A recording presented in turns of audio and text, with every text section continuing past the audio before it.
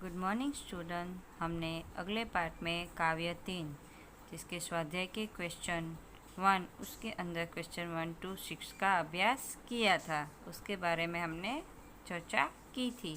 आज हम आगे के क्वेश्चन के बारे में चर्चा करेंगे। क्वेश्चन 2, निम्नलिखित शब्दों का विलोम यानी विरोधार्थी ऑपोजिट शब्द ढूंढकर लिखिए।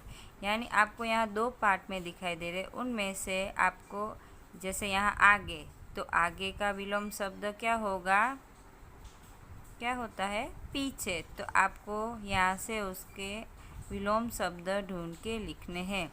बड़ा, बड़ा यानी छोटा। दायां, दायां तो बायां।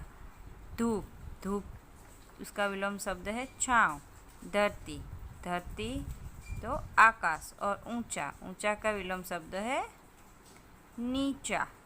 तो ये सभी इनके विलोम शब्द है, लेकिन आपको इस प्रकार लिखने हैं। जैसे एक एग्जाम्पल दिया गया है, उदाहरण जैसे आगे, आगे का विलोम शब्द है पीछे, तो उपयुक्त विलोम शब्द आधारित वाक्य बनाइए। यानी आपको ये जो विलोम शब्द है उन दोनों के वाक्य बनाने हैं, यानी वाक्य में प्रयोग करने। जैसे यहाँ पे कि सब बच्चे आगे चले जा रहे थे, तो यहाँ पे आगे शब्द आया। कोई भी बच्चा पीछे नहीं रहना चाहिए, तो यहाँ पे पीछे। तो ये विलोम शब्द का वाक्य में प्रयोग हुआ। मैं आपको बताती हूँ, आप उसी प्रकार लिखिएगा इस तरीके से। जैसे बड़ा, बड़ा का विलोम शब्द है छोटा, तो उसका वाक्य है मेरा बड़ा भाई किसान है, मेरा छोटा भाई डॉक्टर है। दायां, दायां का विलोम शब्द बायां, उसका वाक्य इस प्रकार है अशोक का दायां पैर जख्मी है, अशोक का बायां पैर अच्छा है। थर्ड, धूप, धूप का विलोम शब्द छाँव, उसके वाक्य धूप में पसीना निकलने लगता है, छाँव में शीतलता मिलती है। यानी ये जो विलोम शब्द है उन दोनों शब्द का प्रयोग होना चाहिए। फोर्थ, धरती, उसका विलोम शब्द है आकाश, उसका वाक्य इस प्रकार है धरती में पौधा उगता है, आकाश में बादल होते हैं। फिफ्थ, ऊंचा, नीचा, उसका विलोम शब्द है नीचा। वाक्य नारियल का पेड़ ऊंचा होता है, तुलसी का पेड़ नीचा होता है। जैसे आप देख सकते हो कि यहाँ सभी वाक्य में विलोम शब्द है जो प्रयोग किए गए हैं। आप ऐसे ही लिखिएंगे। स्वाध्याय का क्वेश्चन 3, नीचे दिए गए शब्दों के दो दो पर्यायवाची शब्द सामने दिए गए आयत में से ढूंढकर लिखिए। यानी यहाँ पे आपको शब्द दिए गए हैं, उनके इन बॉक्स में से पर्यायवाची यानी समानार्थी शब्द ढूंढ के लिखने हैं। राही, राही तो क्या होगा, मुसाफिर, पंथी। सिपाही, फौजी, सैनिक। धरती, पृथ्वी, धरा। रास्ता, पंथ, राह।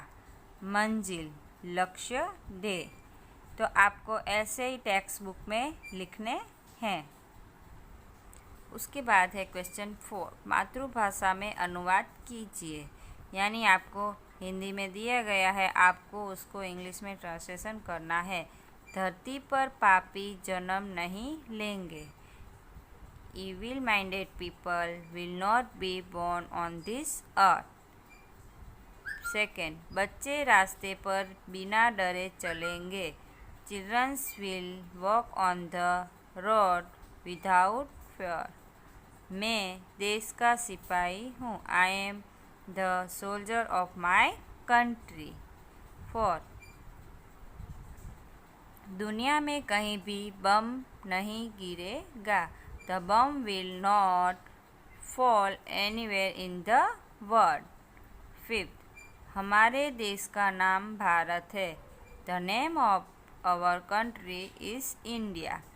ये तो मैंने आपको समझाने के लिए यहाँ पे लिखा है, आपको अपनी बुक में लिखना है। जैसे पहले हिंदी में लिखेंगे, उसके बाद नीचे की लाइन में इंग्लिश में ट्रांसलेशन करेंगे। क्वेश्चन 5, निम्नलिखित भावार्थ से संबंधित पंक्तियाँ कविता में से ढूंढकर लिखिए। आपको यहाँ पे निम्न भावार्थ दिए गए, उसके रिलेटेड पंक्ति आपको काव्य में से ढूंढ के लिखनी है। जैसे फर्स्ट है, नन्हा राही बिना डरे रास्ते पर चलेगा, तो उसके लिए कौन सी पंक्ति हम लिखें कि रास्ते पे चलूँगा न डरे डरे के। फिर सेकेंड भावार्थ है कि नन्हा राही मंजिल पाए बिना दम नहीं लेगा, तो उसके रिलेटेड पंक्ति है कि मंजिल से पहले न लूँगा कहीं दम। थर्ड, नन्हा राही सबका प्यारा बनेगा, तो दुनिया की आँखों का तारा बनूँगा। फोर्थ, हमारा देश शांति प्रिय है, शांति की नगरी है मेरा यह वतन। तो स्टूडेंट, आपको ये पंक्ति भी इसी तरीके से लिखनी है। जैसे क्वेश्चन 4 मैंने बोला ना कि पहले आप भावार्थ लिखेंगे, उसके बाद नीचे की लाइन में ये पंक्ति लिखेंगे। उसके बाद क्वेश्चन 6, उचित शब्द चुनकर वाक्य पूर्ण कीजिए। यानी आपको यहाँ ब्रैकेट दिया गया है काउंस, उनमें से आपको सही वाक्य चुन के यहाँ पे लिखने हैं। जैसे लड़के खेल रहे हैं, मैं क्रिकेट खेलता हूँ, आप कहाँ जा रहे हैं, इन किताबों में से आपकी किताब कौन सी है, हम पढ़ते हैं। तो ऐसे ही आपको ये क्वेश्चन 6 है वो आपको अपनी टेक्स्ट बुक में ही लिखना है, आपको नोटबुक में नहीं लिखना है। क्वेश्चन 7, कविता के आधार पर देश या सिपाही के बारे में 5-7 वाक्य लिखिए। तो आप इस तरीके से लिखेंगे। देश के बारे में हम लिखेंगे कि भारत हमारा देश है। पुराने ज़माने में यहाँ भारत नाम के एक वीर और प्रतापी राजा हुए थे, उन्हीं के नाम से हमारा देश भारत कहलाया। और भारत का दूसरा नाम हिंदुस्तान है। दिल्ली भारत की राजधानी है। हिंदी हमारी राष्ट्रभाषा है। हमारा देश विशाल है, यहाँ विविध जाति और धर्म के लोग रहते हैं, वे आपस में मिलजुल कर रहते हैं। हमारा देश भारत मुझे प्राणों से भी अधिक प्यारा है। तो आप देश के लिए ऐसे लिख सकते हैं। और उसके बाद था सिपाही। तो सिपाही बड़ा निडर और साहसी होता है। देश की आज़ादी और देशवासियों की रक्षा करना ही उनका जीवन का लक्ष्य है। देश के लिए शहीद हो जाने में वह कभी नहीं झिझकता। भारत का जवान हमेशा आगे बढ़ता रहता है, वह कभी किसी पर जुल्म नहीं करता। उसकी यह कोशिश रहती है कि तिरंगा झंडा हमेशा ऊंचा रहे। देश में सुख शांति बनाए रखना सिपाही अपना कर्तव्य समझते हैं। तो इस प्रकार आप देश और सिपाही के बारे में लिख सकते हैं। क्वेश्चन 8, इन गीत में बच्चों ने सिपाही बनकर देश की सेवा करने की भावना व्यक्त की है। इन गीत यानी ये जो हमारा काव्य है 3 नन्हा मुन्हा राही हूँ, उसके बारे में बात कर रहे हैं कि यहाँ पे बच्चों ने सिपाही बनकर देश की सेवा करने की अपनी भावना व्यक्त की। सोचो, क्या देश की सेवा केवल सिपाही बनकर ही की जा सकती है? बताओ, लिखो देश की सेवा कैसे करते हैं। यानी हमें बताना है कि अगर हम किसान, शिक्षक, खिलाड़ी, कलाकार या आप यानी आप स्टूडेंट होते तो किस प्रकार आप देश की सेवा करते। तो इनके बारे में आपको 3-3 वाक्य लिखने हैं। जैसे किसान, तो किसान कैसे देश की सेवा करेगा?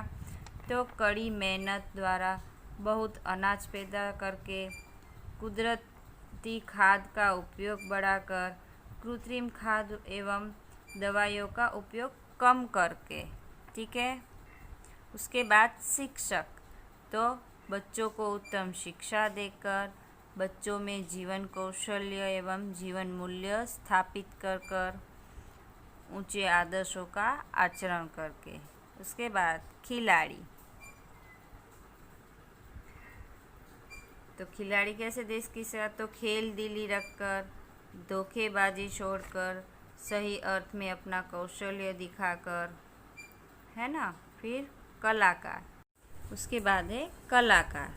तो कलाकार कैसे देश की सेवा करेगा, तो आजीवन कला की साधना करके, केवल अर्थ को एकमात्र लक्ष्य न बनाकर, सकारात्मक दृष्टिकोण रखकर, मूल्यों को उजागर करके। उसके बाद है आप यानी स्टूडेंट। आप कैसे देश की सेवा करोगे, तो अच्छी पढ़ाई का अपना कर्तव्य पूर्ण करके, अच्छे गुणों का स्वीकार करके, उच्च आदर्श रखकर और उनका आचरण करके, छोटी छोटी बातों का भी महत्व समझकर, इस प्रकार आप देश की सेवा करोगे।